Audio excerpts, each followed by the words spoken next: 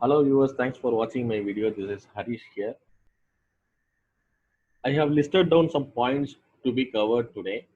Just to go through this point before watching this video. If you like this video, please share with your friends. If you want to get more updates, subscribe my channel. I'll go to the second sheet. Now I'll click on this Visual Basic for editor window. These are all the codes which we have already created in the last video. Now I'm going to run this code. Just place my cursor somewhere in the subroutine and then run this code. I got the result.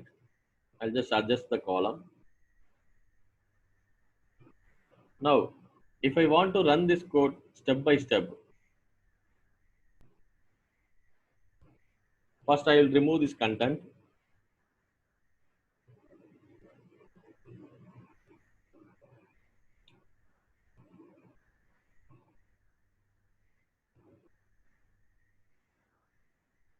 Place your cursor here and then start press F8 key. The shortcut for run the code step by step F8 key. Just start pressing F8 key.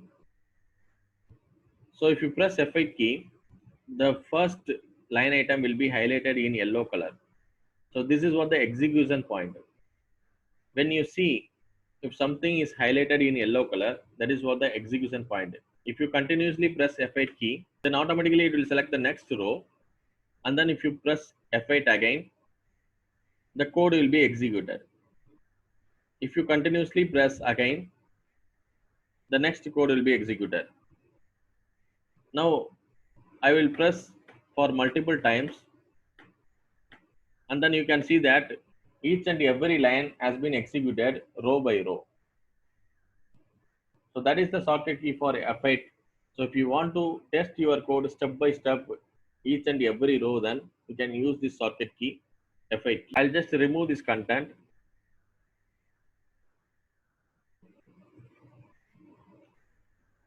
And open this Visual Basic Editor window. Now I will place my cursor here and then I will press F9 key. If you press F9 key, the particular line item will be highlighted in brown color. So this is what the toggle breakpoint. So if you set toggle breakpoint, then the code will be separated into two parts.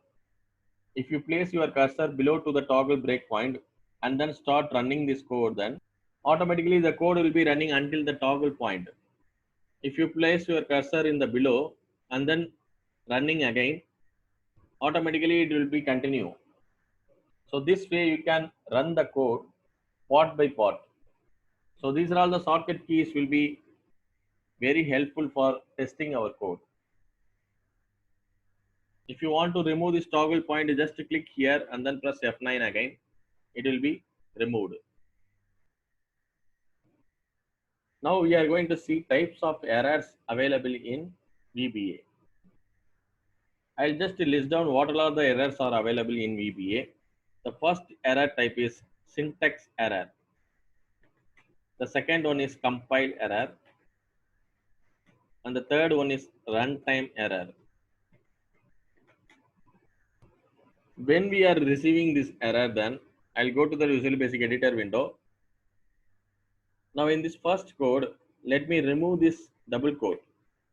And then coming down, automatically you can see that the particular line item has been highlighted in red color. If you see anything has highlighted in red color, that is what the syntax error.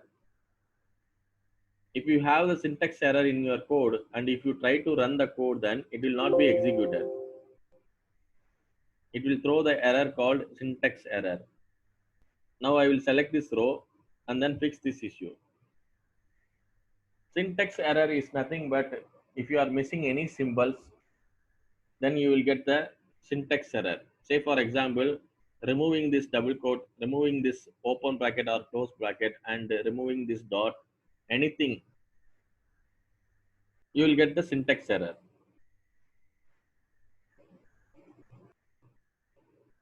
Once you fix the error, just click on this button, reset,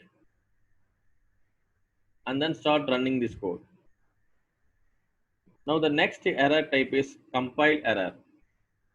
I'll go to the Visual Basic Editor window. Now I'm going to change this name. Rather than range, I have removed G over here. Now if I'll start running this code, I'll get a compile error. You can fix this error easily. Just type in a correct word and then come down. So once you fix the error, just go here and then reset. There are one more chance to get compile error. If I'll come here, I'm just changing this name and then running this code. You can see that the background color has been changed into black, but we haven't given black. Because of this, spell color is not available in the library, but it is very dangerous to keep the error like this. In this situation, what we need to do, we need to go to the top of the module and then stop typing a word option explicit. If you are adding option explicit in the top of the module, then if you start running this code, if any error comes, it will be highlighted even after the equal sign. Now I will come here and then reset this button. The next error category is runtime error. There is a difference between compile error and runtime error. Compile error will look at the object in library, but the runtime error will look at the object in our application. Say for example, I have added range A1 here. Now I am going to change this as ABCD1. We don't have ABCD1 cell over here. So if I'll try to run this code, I'll get the runtime error. So this is what the difference between compile error and runtime error. Compile error will look at the object in library. Runtime error will look at the object in application. If the application does not have this object, it will throw the runtime error. Now, how do we identify which line item is throwing the error? Just click on this debug, then automatically it will be highlighted the particular line item. Now you can read this line item carefully and then edit the error. I'll go here and then reset and then running this code. That's it about these three errors. As of now, we have started run this code by using this icon. But how do we execute the code from Excel itself? Now I will close this Visual Basic Editor window. There are few ways to run the code. If you go to the view menu, under the macros, you will have a macros list. Just select your macro and then run the code.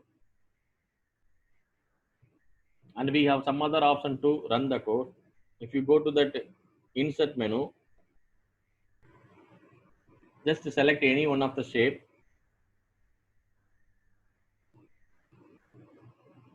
and then right click,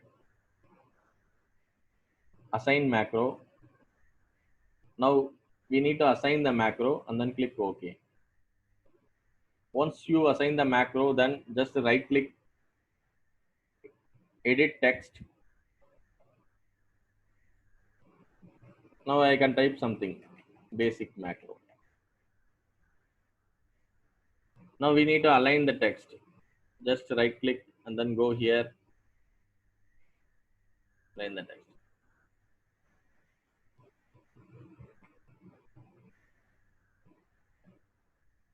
Now if I click this button, automatically the macro will be running.